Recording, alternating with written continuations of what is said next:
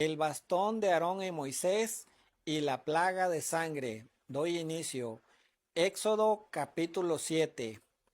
Entonces el Señor le dijo a Moisés: Mira, voy a permitir que actúes en mi lugar ante el faraón y que tu hermano Aarón hable por ti.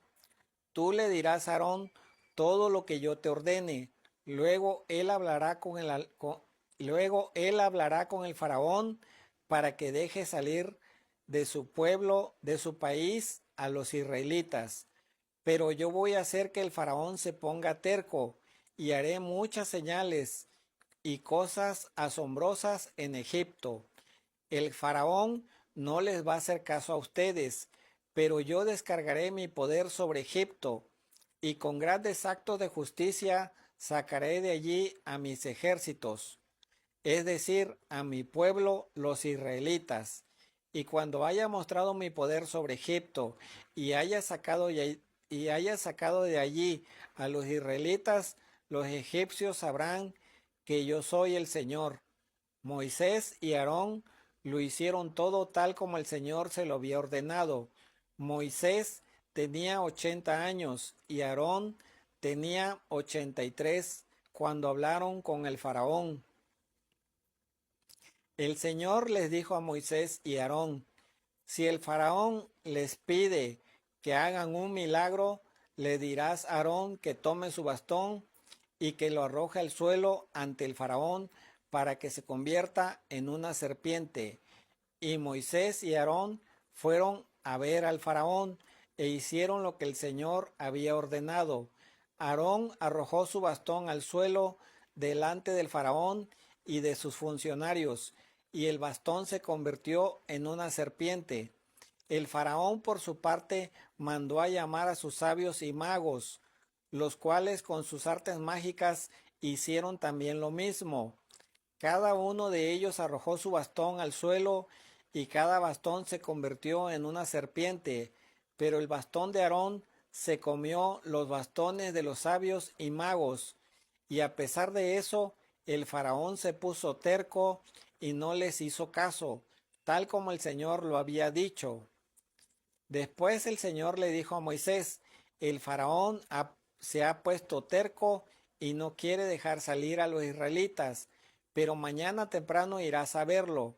Cuando baje al río, espéralo en la orilla y lleva contigo el bastón que se convirtió en serpiente. Allí le dirás: El Señor, el Dios de los hebreos, me ha enviado a decirte: Deja ir a mi pueblo para que adore, para que me adore en el desierto, pero hasta ahora no has hecho caso. Por lo tanto, el Señor ha dicho: ahora vas a saber que yo soy el Señor.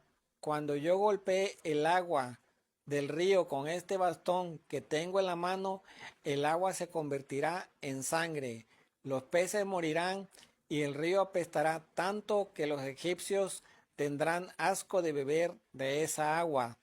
Además, el Señor le dijo a Moisés: Dile a Aarón que tome su bastón y que extienda su brazo sobre los ríos, arroyos y lagunas y depósitos de agua de Egipto, sobre todo lo que tenga agua, para que se convierta en sangre. Así habrá sangre hasta en los recipientes de madera y de piedra. Moisés y Aarón hicieron lo que el Señor les había ordenado. Aarón levantó su bastón y golpeó el agua del río a la vista del faraón y de sus funcionarios, y toda el agua se convirtió en sangre.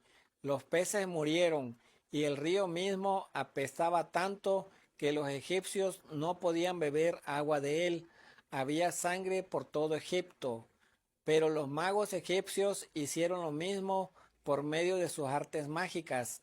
Así que el faraón se puso terco y no les hizo caso a Moisés y Aarón, tal como el Señor se lo había dicho. El faraón regresó a su palacio sin darle importancia a este asunto. Y todos los egipcios tuvieron que hacer pozos en las orillas del río para sacar agua limpia, pues el agua del río no se podía beber. 7 días después de que el Señor golpeara el agua del río,